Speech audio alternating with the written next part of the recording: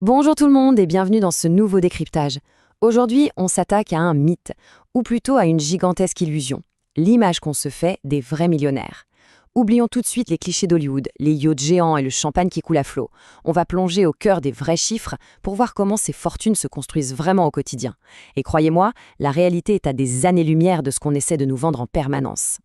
Alors, entrons dans le vif du sujet avec une expression texane que je trouve absolument géniale, grand chapeau, pas de bétail. Ça résume littéralement notre problème. On croise tous les jours des gens qui paradent avec des voitures de sport hors de prix, des vêtements de créateurs. Ils ont le grand chapeau, l'apparence totale du succès. Mais quand on fouille un peu dans la réalité de leur compte en banque, eh bien, il n'y a pas l'ombre d'une vache. Aucun actif, aucune vraie richesse. Tout leur argent part littéralement en fumée, juste pour maintenir cette fameuse façade. Et c'est très exactement ce que nous prouve la source de notre analyse d'aujourd'hui, une étude massive étalée sur plus de 20 ans. Les données sont absolument implacables. Accumuler des symboles de richesse tape à l'œil, ce n'est pas ça être riche. D'ailleurs, la grande majorité des millionnaires américains ne vivent pas du tout dans des manoirs extravagants. Leurs maisons valent souvent bien moins de 300 000 $. C'est fou, non? Leur secret de réussite repose sur des principes totalement à l'opposé de ce que la culture populaire adore glorifier. Ce qui nous amène naturellement à notre première grande partie, la frugalité, le secret ultime. On a souvent tendance à confondre un très gros salaire avec une véritable richesse. Prenez certains athlètes professionnels par exemple. Ils encaissent des millions chaque année et finissent quand même sur la paille une fois leur carrière terminée. Gagner gros, ça ne rime strictement à rien si on dépense tout dans la foulée. Le vrai secret, c'est la frugalité pure et dure, le fait de vivre délibérément en dessous de ses moyens. Et pour bien comprendre, regardons ce chiffre. 399 $. C'est le prix maximum absolu que la moitié des millionnaires interrogés ont dépensé pour un costume de travail.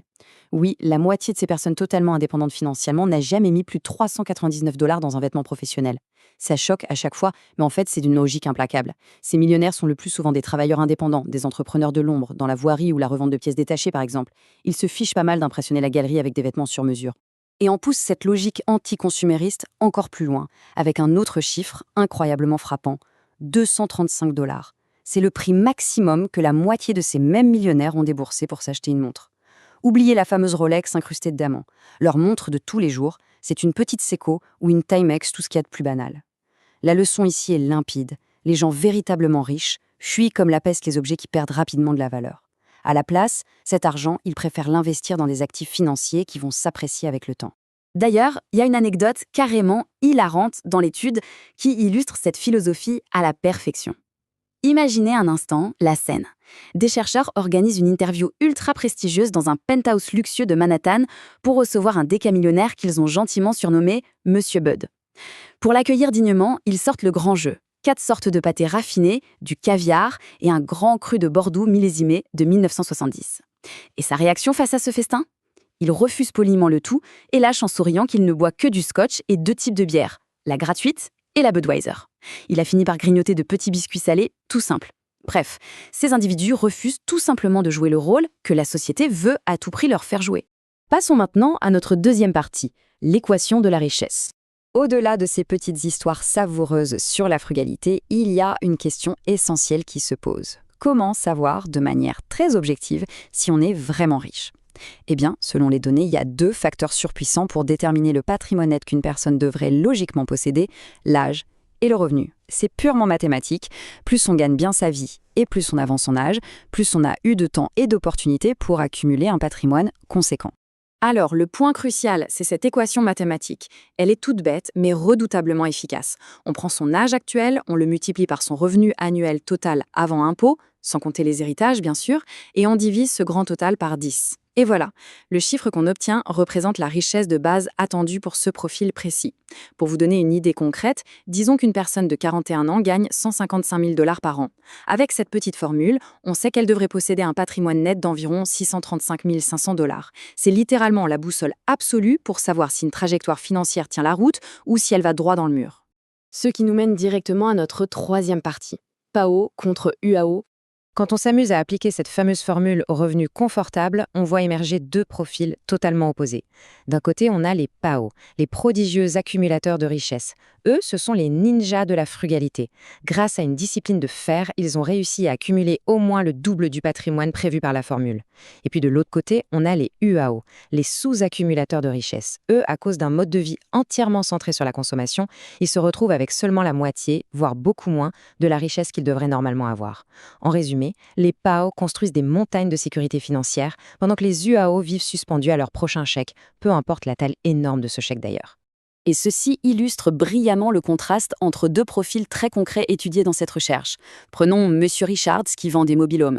Il affiche un revenu de 90 200 $, mais son patrimoine net grimpe à un impressionnant 1,1 million de dollars. C'est un PAO pur jus. En face de lui, on a Monsieur Ford, un avocat. Il gagne quasiment la même chose, 92 330 $, mais son patrimoine plafonne péniblement à 226 000 $. C'est le cas d'école du UAO. Avec le même salaire à l'entrée, le vendeur de mobil-homes est presque 5 fois plus riche que l'avocat. La seule explication à ce mystère, c'est le mode de vie. Malheureusement, notre avocat est tombé à pieds joints dans le piège implacable de la consommation de la classe moyenne supérieure. Bien souvent, un cadre ou une profession libérale subit une pression sociale dingue pour afficher sa soi-disant réussite. On se sent quasiment obligé d'acheter des costumes de grands créateurs, de payer des adhésions hors de prix à des clubs privés et de parader en berline de luxe pour assurer les clients et faire bonne figure devant les collègues. Sauf qu'en cédant à ces attentes culturelles illusoires, on assèche complètement ses comptes en banque et on détruit méthodiquement toute chance de devenir véritablement riche un jour. Allez, on aborde notre quatrième grande partie, les origines de la fortune. Les données démographiques renversent au passage une autre gigantesque idée reçue. Non, la fortune ne provient pas majoritairement de l'héritage. En fait, près de 80% des millionnaires actuels ont bâti leur fortune de leurs propres mains dès la première génération. Et ce qui est vraiment fascinant sur ce tableau, c'est de voir que le groupe d'ascendance anglaise, bien qu'arrivé très tôt dans l'histoire américaine, n'est relégué qu'à la 4e place. Devant, on trouve des groupes d'immigrants portés sur l'entrepreneuriat, comme les Russes, ou avec une forte culture de la frugalité, comme les Écossais, qui affichent une concentration de millionnaires massivement supérieure. La communauté d'ascendance écossaise, par exemple, a pour tradition de vivre bien en dessous de ses moyens, ce qui dégage d'énormes surplus à réinvestir.